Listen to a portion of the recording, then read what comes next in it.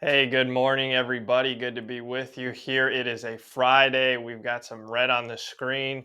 Everybody wants to know: is this rally over? Is this rain going to materialize or not? So let's jump into it here. We got D's corn down 19 at 601 and three quarters. We've got Nove beans down 29 at 1310 and a half.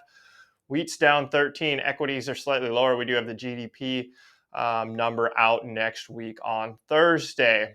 Here's your drought monitor week over week. Definitely getting a little bit worse. That shouldn't come as a surprise. Everybody knows that the precipitation has been lacking, especially in some key areas of the country and the growing regions.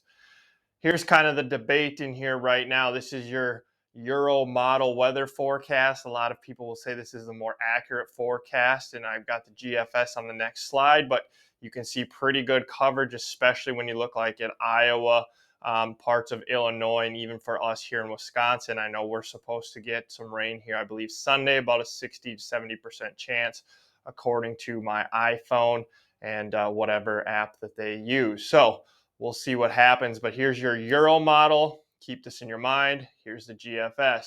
Completely different story. Rains much more to the northern areas, and obviously missing out on those crucial states of Iowa, Illinois and Indiana. So something to watch and something to watch as we go through the day here this today and then into the weekend. As for charts, here's your December corn chart. If you've been following along, or if you're a subscriber to our report, we've been taking action on this move.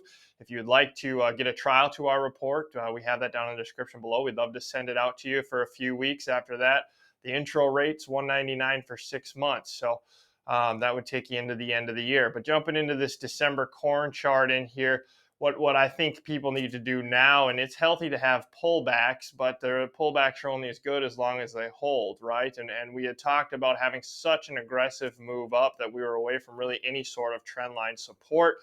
But here is some horizontal pullback levels that need to be watched. You've got the insurance price at 590, and you could argue there's some potential support at 575, and then you really don't have much until you get all the way down to 550, and then after that, you know where things are at. So make sure, if you weren't a seller on the way up, that you have some mental stops or some areas in here on the way down, that if these levels don't hold, you're taking some action. But this first 590 area, I think, is going to be kind of crucial, if we can hold that for this early pullback.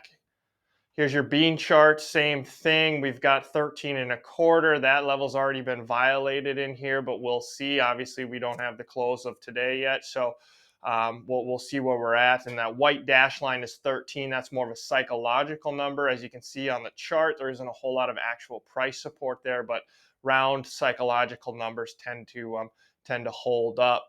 And then you've got the next line all the way down at 1250, where you start to see some price support in here again. So keep these levels in mind. If you weren't a seller on the way up, you're going to have to formulate your plan on the way down.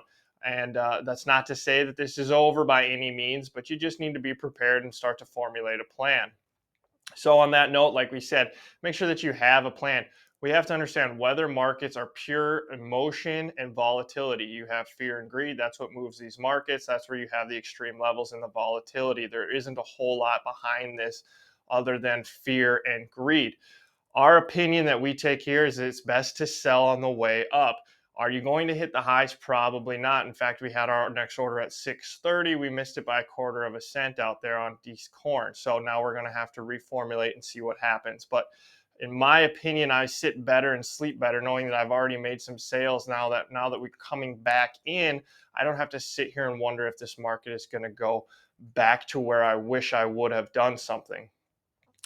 Again, if you weren't a seller on the way up, make sure you have some mental stops or know the zones on the way down. And then if you don't want to commit anything to the elevator, we understand that it's been dry.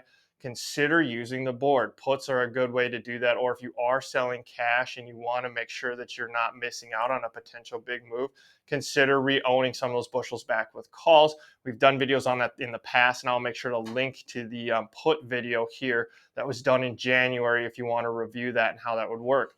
Feel free, guys, to give us a call if you have any questions or send us an email. We're always happy to help you out. We hope that you have a great weekend. We hope everybody catches a little bit of rain here this weekend and can get some relief. And again, thank you for being with us. Don't forget to hit that like button.